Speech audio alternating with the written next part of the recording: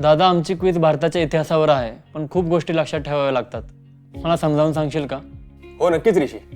भारताचा इतिहास म्हणजे एक रोमांचक गोष्ट आहे, ज्यामध्ये साहस, धैर्य आणि शिकण्यासारख्या अनेक गोष्टी आहेत.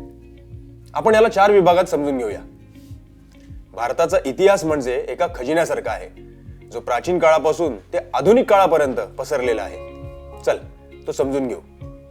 प्राचीन भारत, सिंधू संस्कृती, जगातील प्राचीन सभ्यतांपैकी एक, ज्यामध्ये हरप्पा आणि मोहनजोदारो यांसारखी नियोजनबद्ध शहरं होती. लोक व्यापारासाठी प्रसिद्ध होते आणि मणी, मडकी आणि कापड तयार करायचे. वैदिक काळ, वेद लिहिले गेले, ज्यांनी हिंदू संस्कृती आणि परंपरेची पायाभरणी केली. मौर्य साम्राज्य, सम्राट अशोक यांनी भारताचा मोठा भाग जिंकला आणि कलिंग युद्धानंतर बौद्ध धर्माचा प्रचार केला. धन्यवाद दादा. भारताचा इतिहास रोमांचक गोष्टींचा संग्रह वाटतो. युद्धामुळे झालेल्या दुःखाची जाणीव झाली आणि त्यानंतर त्याने शांततेचा आणि दयाळूपणाचा मार्ग अवलंबला. मध्ययुगीन भारत, मुघल साम्राज्य, मुघलांनी सुंदर वस्तू बांधल्या, जसे ताजमहल, जो प्रेमाचे प्रतीक मानला जातो. राजपूत आणि मराठा प्रतिकार, महाराणा प्रताप आणि छत्रपती शिवाजी महाराज यांसारख्या नेत्यांनी आपली भूमी आणि संस्कृतीचे रक्षण केले. त्यांनी एवढ्या ताकदवान सैन्यांविरुद्ध लढा दिला. ते खूप धैर्यवान असतील. नक्कीच, त्यांचे धैर्य आजही आपल्याला प्रेरणा देते.